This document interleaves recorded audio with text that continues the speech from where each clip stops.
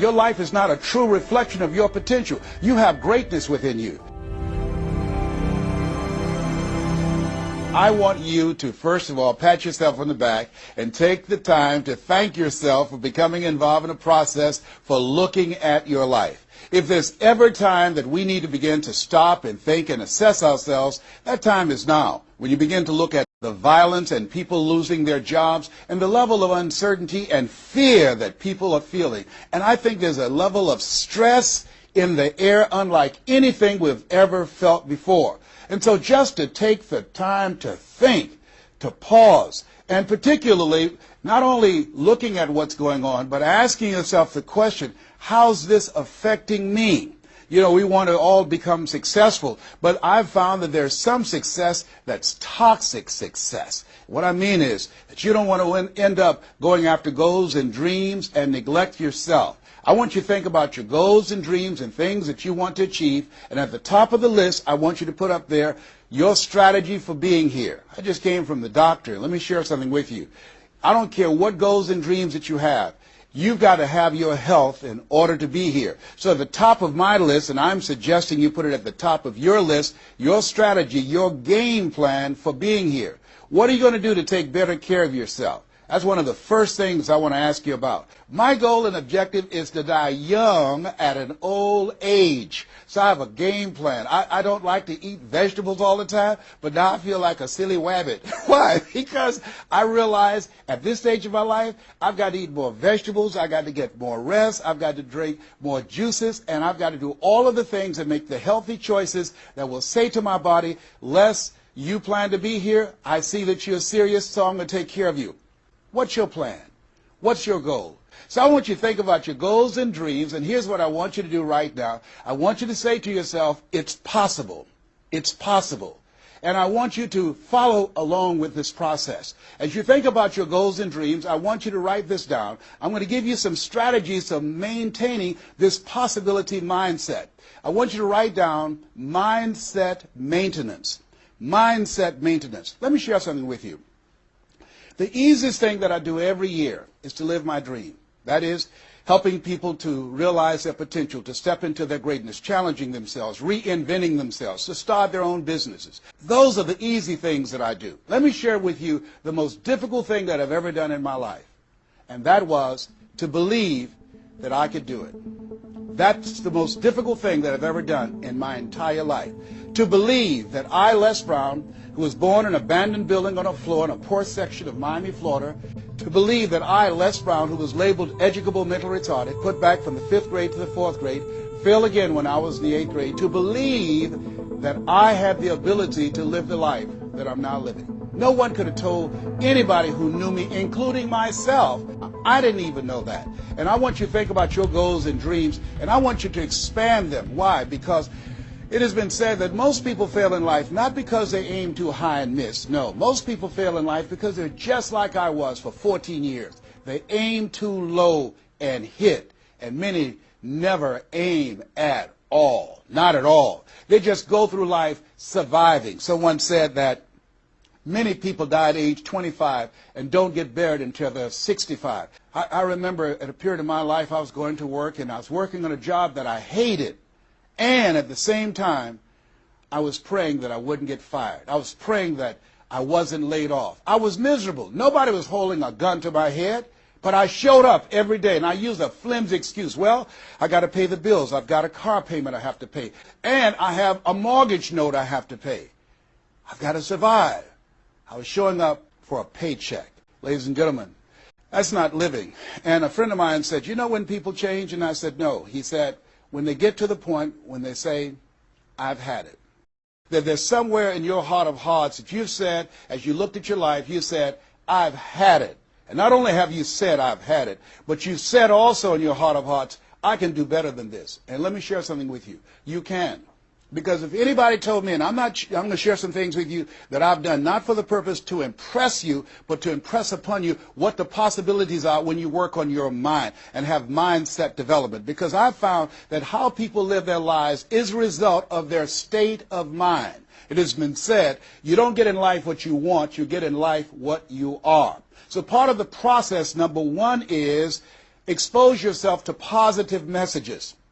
See, what I'm doing right now, I'm distracting the story that's going on in your head right now. How you live your life, how I live my life, how all of us live our lives is a result of the story we believe about ourselves. And most of us are born into stories. I was born into a story where we were poor, but we didn't know it. I didn't know we were poor until I got on a bus with my mother going to do domestic work on Miami Beach. And when we crossed the Venetian Causeway and I saw those big, beautiful hotels, and I was in the homes with my mother making up beds and cleaning, and we ate the food left over from the families that she cooked for. And we wore the hand-me-down clothes of the children that she kept. And I kept saying, "Mama, what is it, boy?" As we got ready to pack up to go back home and to Overtown and Liberty City and all the poverty and filth and the violence there, I said, "Why can't we stay here?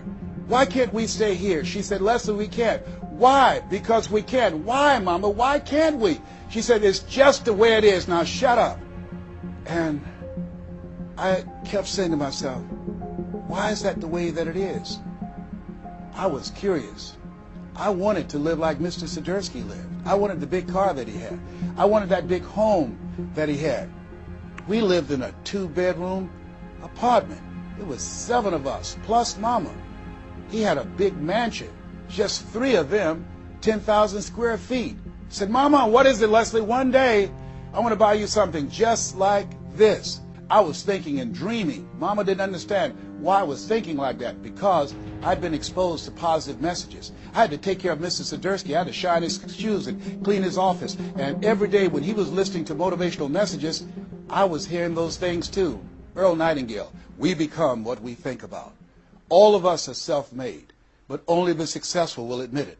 In order to be successful, you must be willing to do the things today others won't do in order to have the things tomorrow others won't have. Your mind is a machine. You must program yourself for success.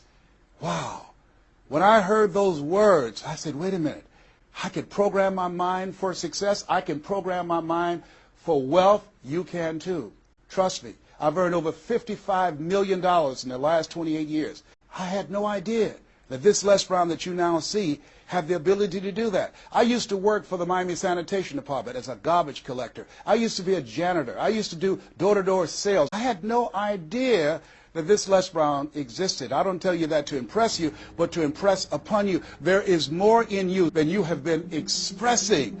There's more in you right now than's represented in your bank account. There's more in you right now that's being reflected by your life right now. Your life is not a true reflection of your potential. You have greatness within you. You have the ability to do more than you can ever begin to imagine. There's a reason that my favorite book says, as a man thinketh, so is he. And as he continues to think, so he remains. In order for us to begin to break into that level of greatness that we have within ourselves, you have to make a conscious choice every day to expose your mind to positive messages. So I put myself on a regimen. I do this every day, and I suggest that you do it. Write this down. Number 1, listen to motivational messages every day. I guarantee you, if you do what I'm sharing with you right now, for 6 straight months, every day, your life will never be the same again.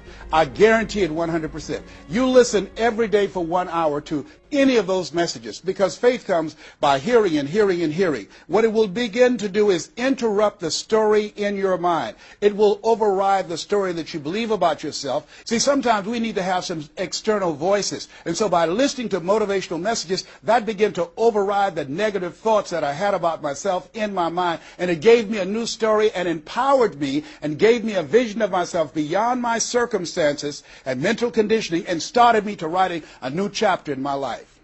Here's something else. Read 10 to 15 pages of something positive every day. Why? And read it with conviction and stay focused. 10 to 15 pages every day. This is 7 days a week? Absolutely. Absolutely. Every day. McDonald's know that you know where they are.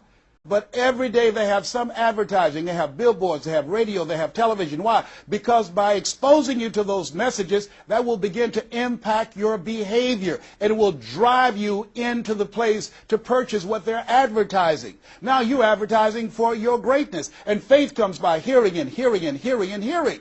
So you want to listen to positive messages every day. You do this, I'm telling you, your life will never be the same again. And read 10 to 15 pages of something positive every day. I read 2 to 3 books a week. Why? Because I have goals and dreams of things I want to achieve. I want my life to count. I want to make a greater impact. And as I begin to look at myself, in order to achieve more and to do more, I know I have to work more on my mind. Then, here, and this is the next thing I want you to do. I want you to look at your relationships, and I want you to upgrade your relationships. See, MIT did a study, and this study indicated that you earn within $2,000 to $3,000 of your closest friends. Not only did I start reading books every day and listening to positive messages, but I separated myself from my friends who did not have goals and who did not have dreams. Why? Because people rub off on you. It's called a mind virus. You earn within $2,000 to $3,000 of your closest friends. So when you upgrade your relationships, you got to ask yourself the question, who is it that I need to associate with, that I can learn from, that I can grow mentally, emotionally, spiritually, and financially? By aligning myself with another person that I can learn from. And Dr. Dennis Kimbrough said, if you're the smartest one in your group, you need to get a new group. Whoa, think about that. I was the smartest one in my group. And then one person called me who had been admiring me for years and said, Les, I want you to coach me and my trainers on how to tell a story and create value for an audience. And I want to share with you some things. I want to teach you some things, old man. I said, is that right? He said, yes. You always say you're never too old to learn and you're never too young to teach. I want to teach you some things. He blew my mind. The most money, as I mentioned to you, I've ever earned, $260,000. I did an event with this individual. Because of what I learned from him, because I upgraded my relationships, I earned over $410,000. Think about that. Part of your mindset development, not only listening, not only reading, but you have got to look at your relationships, upgrade your relationships, and continue to evaluate them and make sure they're an asset to you and not a liability. Here's the other thing that's very important. Write down the goals that you want to achieve.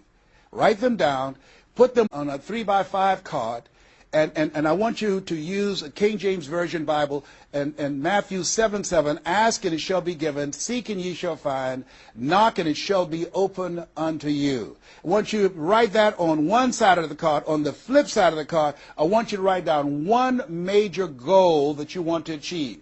This one thing. What is it that you're going to do differently? Because in order to do something you've never done, you've got to become someone you've never been. You've got to be willing to give up who you have been to give birth to who you can become. And you want to read that 3 times a day. 3 times a day. What are you doing? You're hypnotizing yourself. And you're dehypnotizing yourself. What you're doing is you are dispelling the myths and all of the spells that you're living under. I think that a poverty mindset is a spell. I think that people go so far, and because they're mesmerized by life, they unconsciously stop. And you have to break that spell by constant attention. So on one side you read your goal, that one major goal, 3 times a day. Then the flip side, you flip that scripture over. Ask and it shall be given. Seek and ye shall find. Knock and it shall be given unto you. As you read that every day, 3 times a day, I can tell you, amazing things, breakthroughs will happen for you. See, no one knows you like you. You know what it is that you need to work on. I mean, one of my main issues that I had to dramatically change about myself was I had to develop courage. I used to go see people do things. I saw speakers on stage. My heart would say, I can do that. But I didn't have the courage to stand up for myself. And then I saw a speaker, and he was so boring, the room was as quiet as a graveyard between funerals. And I said, whoa, if he can do it, I know I can do that. Have you ever done that before? He gave me courage. And so at that moment, now that was a decision. I didn't have to have his example of somebody that was less talented than I was to give me the courage. I should have had the courage to stand up myself, to believe in my own stuff. Here's something else. Get an accountability partner.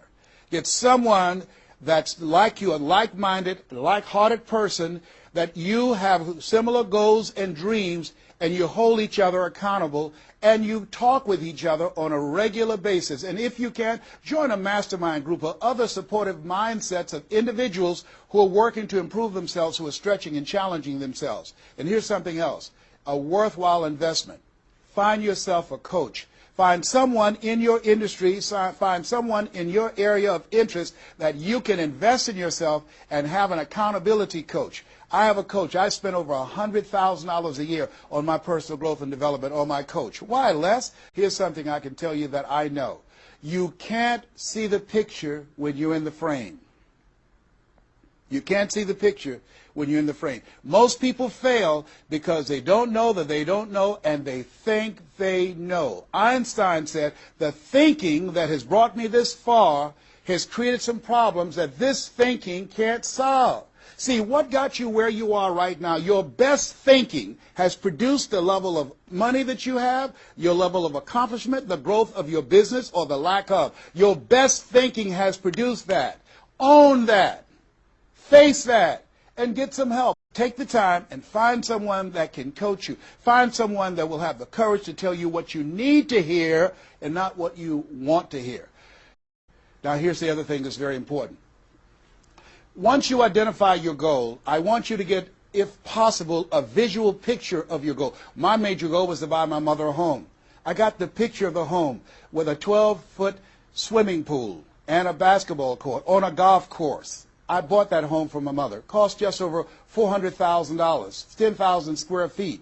I had a picture long before I had the money and the down payment to get it. My goal was to be known nationally and internationally as a speaker. I had that goal. I had a card that I had on one side, asking, it shall be given, seeking, ye shall find, knocking, it shall be opened. On the other side, I had, I'm the world's #1 orator. I produced that result in my life. Now, here's something else. You will fail your way to success. Trust me on that. You can have a lot of failures, a lot of disappointments, but you will fail your way to success. Goethe says, that which does not kill you will make you stronger. See, 85% of people allow their fear of failure to outweigh their desire to succeed. That's why you have to be of good courage. You have to have courage. When life knocks you down, I have a saying, try and land on your back, because if you can look up, you can get up. So once you look at and decide the goal that you want to put some things, put a treasure board or a goal board and have pictures of the goal that you want to achieve so you can see it every day when you get up in the morning and the last thing at night. You're programming your subconscious mind where 9 out of 10 decisions that you make comes from there. Here's something else. Not only do you want a physical picture that you can see every day to remind you, to keep you on course, but the other thing that's very important in achieving your goals, writing your goals down in detail and having 7 action steps that you take every day. Now, Robert Schuller said, by the yard it's hard, but inch by inch, anything is a cinch. You want to think about, what are the things I need to do every day? Break it down into increments. You have your 30-day goals, and you have your 3-month goals, and your 6-month goals, and your 1-year goals, all right? You want to break it down in increments. What do you need to do starting today? Don't squander any time. There goes a second. There goes another second. There goes another second. And all the power in the world can't bring it back. So what are 7 things that you can do starting today? And so as you begin to think about that, think about writing your goals down, listening to motivational messages, changing your relationships, upgrading your relationships, thinking about 7 things you need to do every day, some radical change you need to make in you. There's an old African proverb that says, if there's no enemy within, the enemy outside can do us no harm. The next thing that's important about reaching your goals is this. What is it as you look in your past that's affecting you right now? We might be through with our past, but our past is not through with us. The reason that I procrastinated for 14 years was because when I was in the 5th grade and Mrs. Mary Ford Williams said to Mrs. Crompton, he doesn't belong here. He is slow. He's not like his brother. And they put me back from the 5th grade to the 4th grade. That affected me. I didn't even realize it. They say sticks and stones will break your bones, but words will never hurt you. Yes, they will. But they can also free you up. Because I'll never forget when I met Mr. Washington. It was my junior year in high school. I've been in special education from the 4th grade all the way up to my junior year in high school. My twin brother always made the honor roll. And he said, young man, work this problem out for me. He was a new instructor. I said, sir, I can't do that. He said, why not? I said, I'm not one of your students. He said, look at me. Yes, sir. Work the problem out anyhow. I can't do what you asked me to do, sir. Why? Sir, because I'm educable, mentally retarded. And the students erupted in laughter. They said, "Hey, he's DT." He said, "What's that?" "He's the dumb twin. He's not Wesley. That's Leslie." And he came from behind his desk and he said, "Don't ever say that again. Someone's opinion of you does not have to become your reality." That was a jarring statement. On one hand, I was humiliated, but on the other hand, I was liberated, because he looked at me with the eyes of Goethe, who said, "Look at a man the way that he is, he only becomes worse. But look at him as if he were what he could be, then he becomes what he should be." But you've got to take full responsibility. The major key to your reaching your goals is you. Nobody's going to work on your dream harder than you. Trust me on that one. You've got to take responsibility to make it happen. If it happens when you come out the gate, fine. But if you fail, so what? Come back again and again and again and again. If it's something that you love, if it's your passion, until you do it.